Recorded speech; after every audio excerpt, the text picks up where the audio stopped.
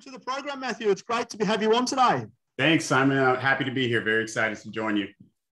I always start by asking my guests, how did you come to Treasury and why did you choose Treasury as your career? Yeah, great question. So I did not know anything about Treasury in college. I studied accounting.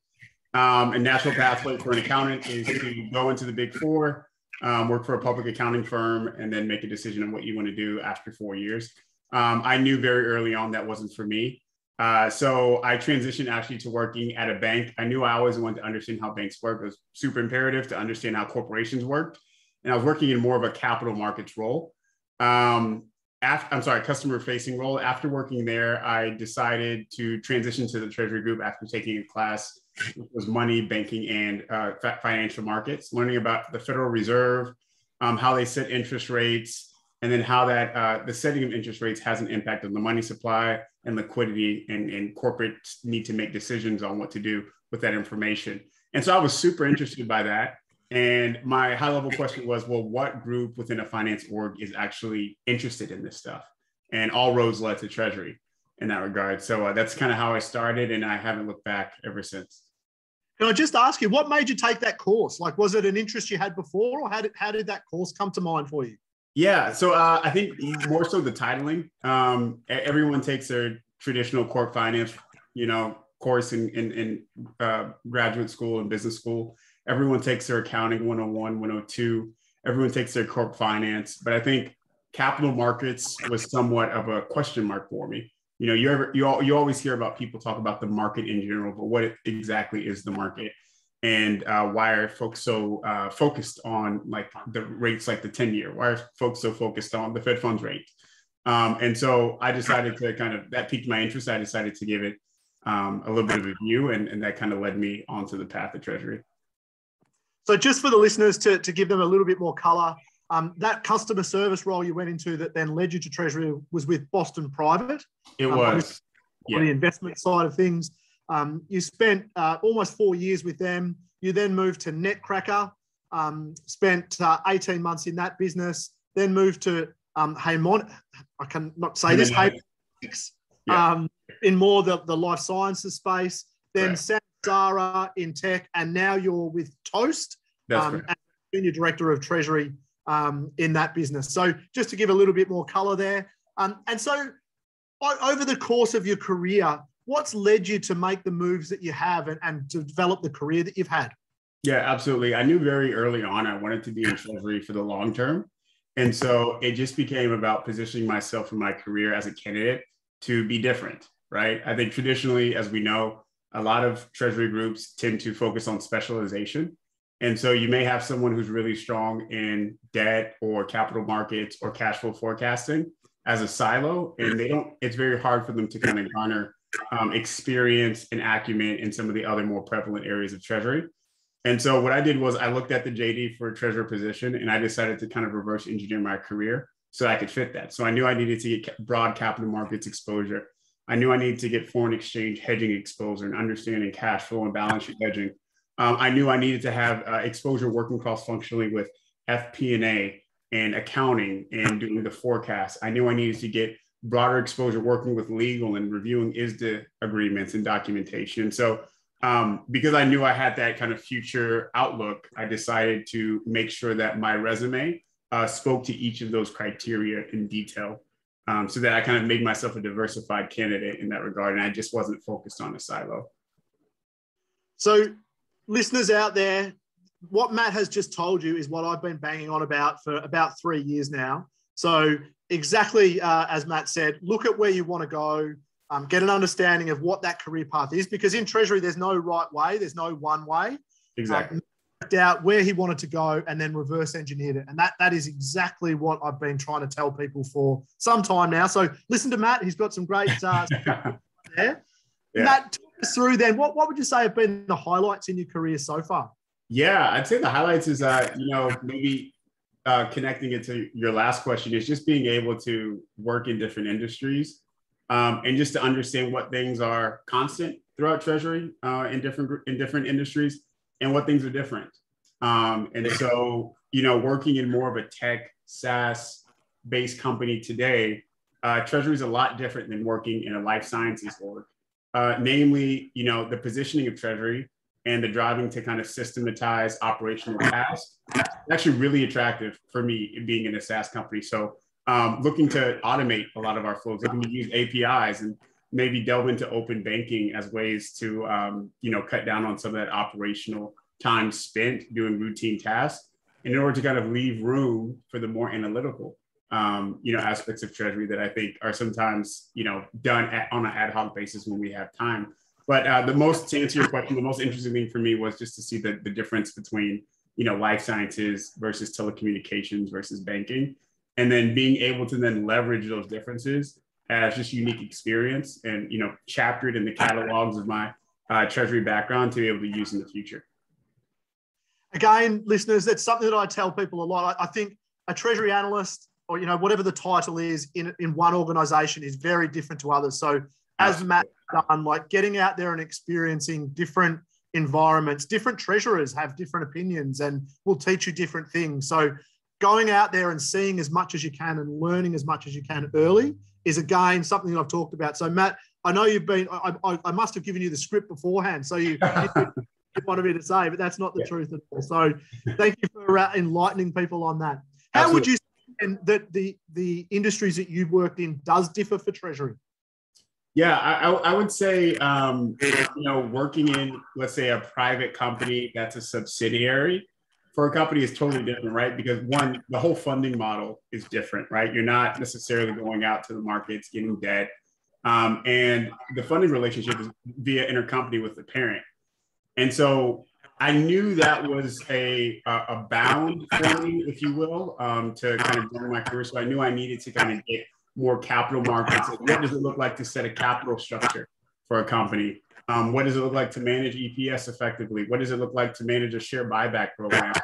And so I knew kind of very early on, like this was a good kind of node on my career history, but I knew it wasn't the end. And so those things kind of precede transition. And when I realized, like, okay, I've learned everything I can about creating an arm's length transaction, knowing that the funding rate that was set by the parent and the subsidiary is arm's length, transfer pricing studies. Like I know all that works. Now I need to learn, how do I set a capital structure? What are the tenets that companies look at whenever they decide to go out and raise money, either equity or debt? And what do they use those proceeds for? So are they purchasing shares? Are they reinvesting it in plants? What is the most optimal way? And then you start getting into the conversation about, cost of capital and hurdle rates and things of that nature, which is a completely different world than I would say there's private treasury. 100%. And yeah, really, really good advice for those out there listening is to get as much experience and as broad of experience as you can, because that's going to set you up for, the ultimate role, which is the treasurer in years to come. Absolutely. Matt, say has been your approach to networking and, advice to listeners out there? Yeah. I feel like this is also connected to the last question, where I think the need for mentorship is huge in order to kind of get that different view of treasury. Because, I don't want to be naive in thinking that everyone has the opportunity to kind of continue to find and seek out opportunities to learn different aspects of treasury. Because many people are sometimes stuck within a city or a state or a country, and it may be difficult, but mentorship is actually really big, and that kind of leads into networking. And so I kind of cold email people on LinkedIn, to be honest. That's my approach. I say, hey, you work in the same industry. Would you be willing to have a 30-minute chat with me? And sometimes I may offer to take them out to coffee or to lunch if that's fitting. And I'll just pepper them with questions. So how do what does your day-to-day look like? And what I'm doing in those questions and in those sessions is I'm analyzing their kind of work experience versus mine. So what things are they doing that I'm not doing? And then if I'm not doing those things and I need to be doing those things, I'll ask for the clarification questions. And what that does is that leads me into a path of kind of synthetically gaining experience, maybe in a different industry that I didn't have, because I'm able to speak the language a little bit more clearly because I know someone who actually works within that industry. So one example of that may be, before I went into life sciences treasury, I had a mentor who was a treasurer at a life sciences company. And I asked him questions before the interview. I said, how do you think about debt? In the business, particularly to the business. And by just nature of having that relationship, I was able to walk away seeming like an expert in the interview, and because I had a lifeline. I had someone I can call on if I had a question, or if I was working through a particularly complex thing, like, looking at a TMS provider for the industry. Who are you using? Is it Kariba?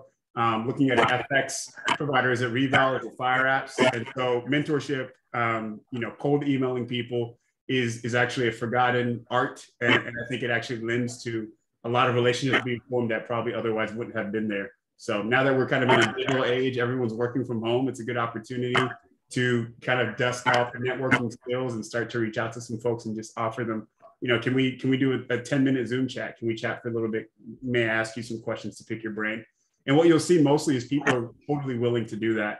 I think initially it's the fear that keeps us away from, doing that. But a lot of people are totally open to giving 15 to 10 minutes of their time to help someone else in the industry get further along. Again, Matt, you've hit the nail right on the head there. I think don't be shy to actually ask people. The more senior people are, the more willing they are actually to help you and to spend some time. They don't have a lot of time, but they're still willing to give you the time at some point, aren't they? Like, it's not something that people should fear. They should just start the process. Just reach out. Right. Worst case scenario, the first knockback you get is one step closer to acceptance anyway. Exactly. Yeah, and it's just a matter of having the tenacity just to try, right? You're probably going to get out of 20 reach outs, you're probably going to get 19 rejections, but it just takes one yes. It just takes someone to say, you know what, I'm willing to kind of talk to you a little bit. And then what you do is you develop a rapport within the industry. Folks know you. They know the type of work that you're focused on doing. They know your ambition. They know your focus. They know that you're going to stick around the industry for some time. And so folks are looking for successors. And so you never know. You might have someone who's leaving a company to go to a CFO role or to transition into maybe a startup. And they may look for someone to take their position. And who better to be someone that they've had a connection and a network with. And so that's where the power network just becomes exponential to career growth and actually imperative. And so I think a lot of times we think it's just going to happen organically.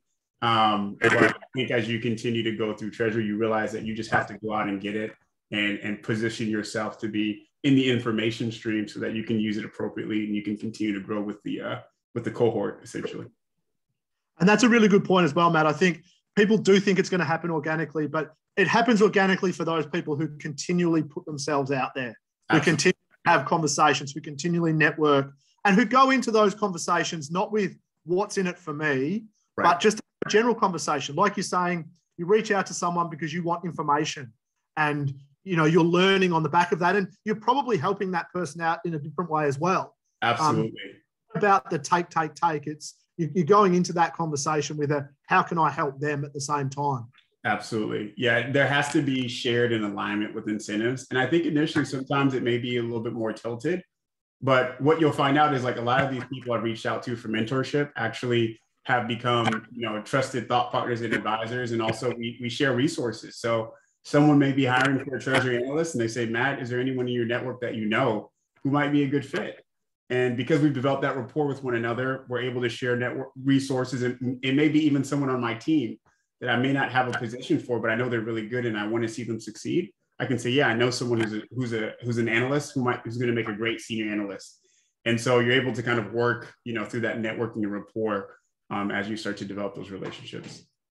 And the other thing, don't underestimate the fact of pay it forward as well. I think once people get it and they've become a treasurer, you look back and say, well, people did this to help me, so I'm going to pay it forward and help others to help them up the curve as well and give them a helping hand. So yeah, absolutely.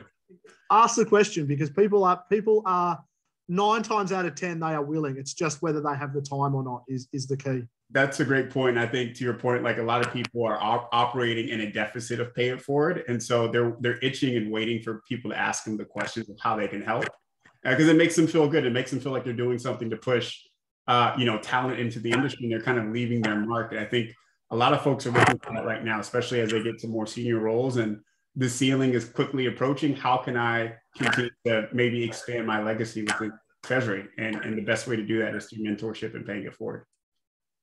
Now, Matt, we've covered a lot of things, but is there one piece of advice that you wish you had known when you started your career that you'd like to pass forward? Yeah, I think for me, the biggest piece of advice, and this is kind of something that I learned going through the motions, I wish I was a little bit more aggressive in asking for advice rather than trying to figure it out myself. I think, over time I learned that I needed to reach out and to develop these alliances and relationships. But I think if I would have had the mindset, maybe as an analyst, that, oh man, let me try to reach out to the treasurer at this company to figure out how they do things. And let me go to this, AFP meeting, or let me, go to these different webinars hosted by people like yourself and learn and to really kind of submit myself within the industry. I think I probably would have been a little bit further on and better off. But nonetheless, if you're starting out in Treasury, I would just really advise you to utilize every resource at your disposal. I think we kind of think the CTP is the one and all catch-alls. Like, once I get my CTP, therefore folks are now going to recognize me. And what you're realizing now is that everyone else has a CTP as well. So how are you really going to differentiate your career to stand out? And I think you got to use every bit of information that is given to you. Go to podcasts and seminars like these, develop relationships, cold email, and then also talk to people who are in the business, like you, Simon, who are in the business and looking to plug people into careers. I think that'll be immensely helpful, rather than trying to develop and trudge your own career path. I think that wastes a lot of time and it becomes inefficient. And I think the other piece of that is what you said earlier, Matt, is the CTP, great. It is a great qualification and I highly recommend it, right. But it's a qualification. It's not experience. Right, and exactly. Getting better experience and getting more experience and different experience and working for different people, all of that stuff is far more important than a qualification. That's the hands-on, that's the knowledge. Like, a lot of people can read a book and then answer a question and tick a box. Right. That's real life scenarios. When you talk to a lot of treasurers, their best experiences and the things that they look back on the most fondly are generally when something went wrong, when they made a mistake, or when the markets blew up, or when something happened.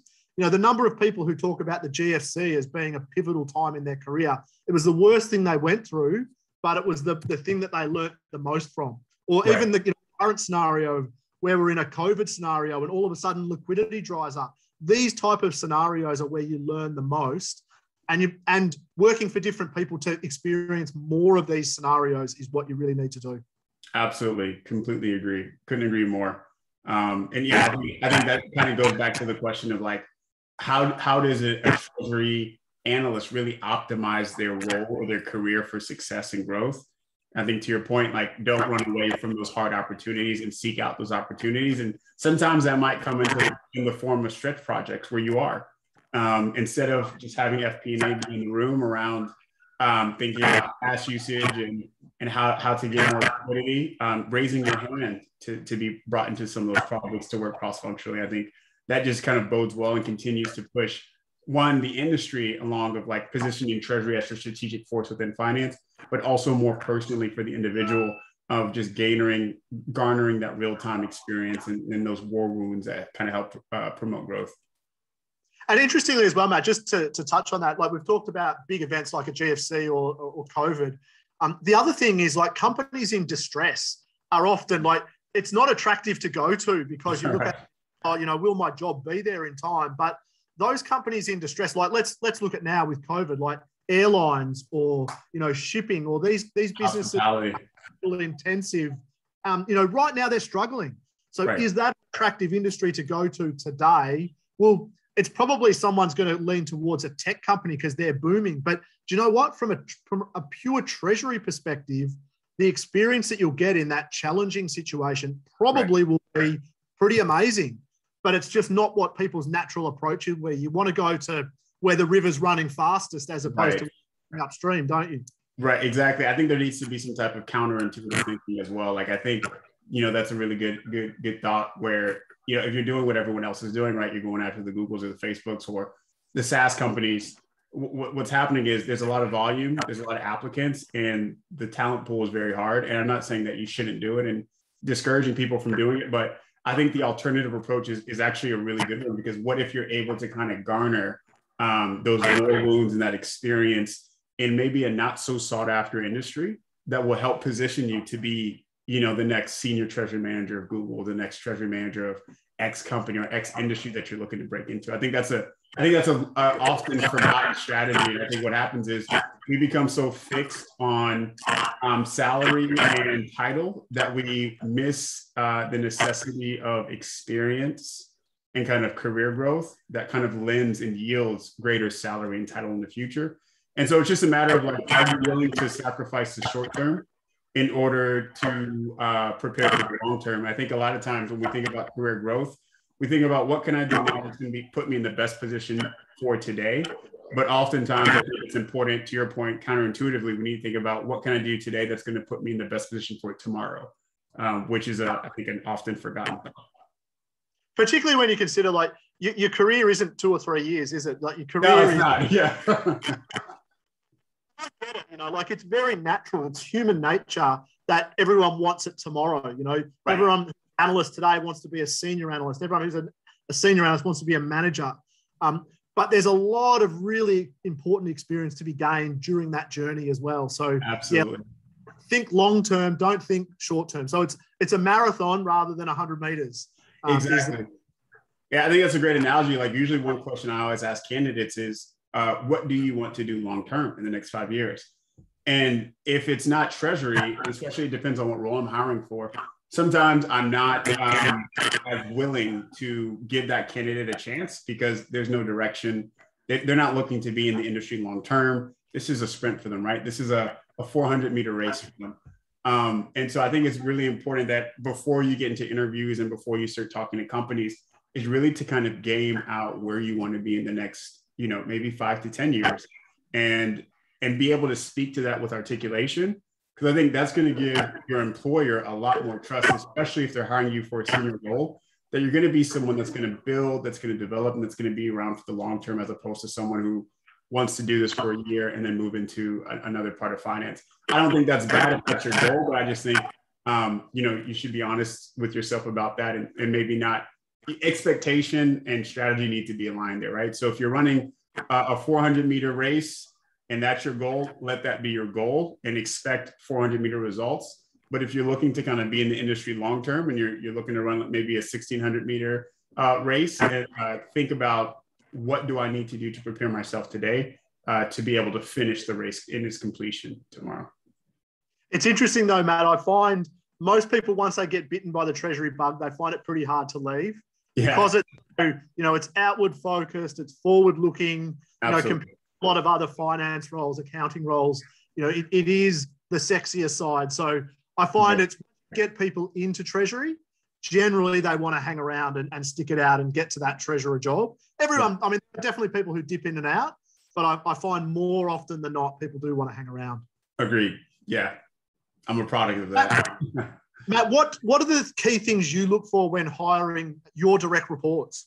Yeah, I'd say initially, I think I touched on this, is just, I think there has to be a passion for the field. Personally, I want to develop the next me. I want someone who's going to take my job and who's ambitious to take my job. So I think kind of that passion for the field, that passion to learn more. Secondly, I think, which is important, and you kind of touched on this as you were describing the role of treasury, is someone who works well with a high degree of autonomy and who works well cross-functionally. I think those skills, those interpersonal skills that you can't necessarily learn from a textbook, are very imperative to the success of treasury. Because let's be honest, treasury is both a user and producer of information, but namely a user, right? And we rely upon many different groups in order to complete our task and to complete things that are important for treasury. And so I think for a person who can position themselves as a stakeholder that can position themselves in win-win situations internally, that can form those relationships, I think are very important, because that's just going to unlock new levels of information that might help in cash forecasting, right? Or that might help in, reviewing the risk of the company as you work cross-functionally outside of finance. And so I think those soft skills should not be forgotten. I think a lot of times we look more so to the hard skills, right? But I think the soft skills unlock kind of the insights and the effectiveness of the hard skills. So being able to talk to people, being able to speak up in meetings, being able to think both what are the needs for the business today, but also what might management not be thinking about for tomorrow that I can start to work on and develop a business case for a direction that we should go. I think those are also important skills that, can't be taught and just have to be learned, in the thicket and the fire of things. Matt, you've absolutely nailed it there. That's the question I get asked the most is what is it that people look for? And it's the stuff that you can teach it to some degree. You can learn it a little bit, but it's a lot of it is intrinsic. The best candidates are the people that have those soft skills that can do that. And they can do that in an interview because that's important because that's when they've got to sell themselves. Mm-hmm. But then they can do it on a day-to-day basis and deliver on what they said to deliver on. And that would be the one piece of advice I tell people more than anything is, look, it's more about the soft skills. Get your personality across. Get your passion across. Right. The technical side of it, you can be taught or, you can learn, but the softer skills are the piece that are fundamentally the most important piece in my view. Yeah, and to your point, like what I do when I was interviewing is I read the interviewer because there's some interviewers who want to go to they want to know what was your term loan. Was it LIBOR plus 350 or LIBOR plus 250? Like that information is important for them. For others, they're more focused and adept to your storytelling.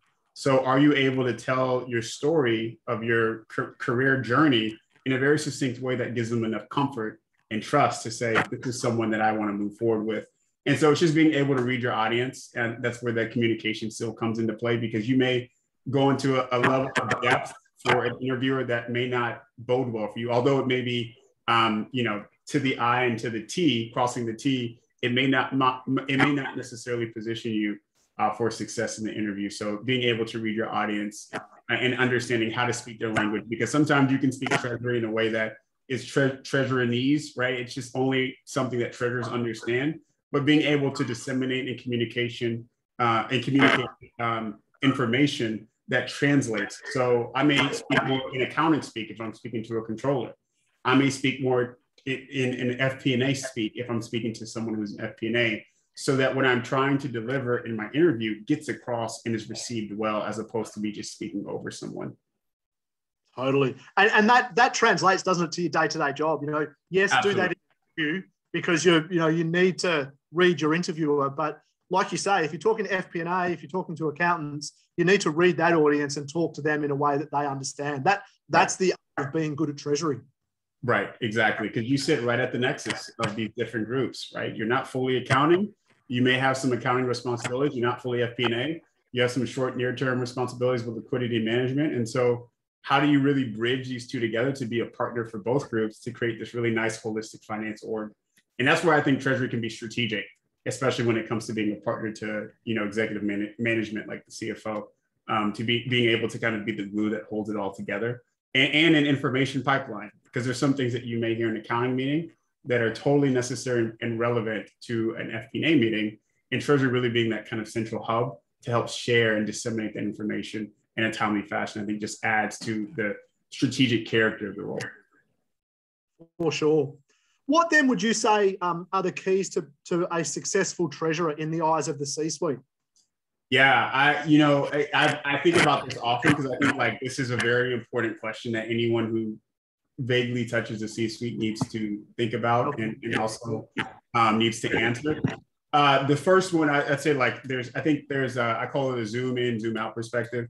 I think you need to have the ability to understand, let's say, processes that impact working capital in detail, but you also need to have the ability to kind of zoom out and explain it in a way that is able to kind of get across to the audience.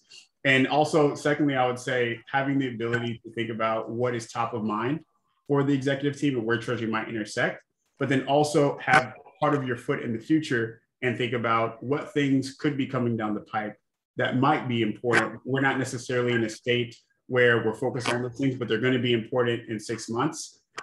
Thinking about those more practically. So I'll give you an example. Let's say you are a small private company, US-based revenue, and you're really thinking about going international. Or what are some things that you're going to need in order to kick off the registration process? You're going to need a bank account, right?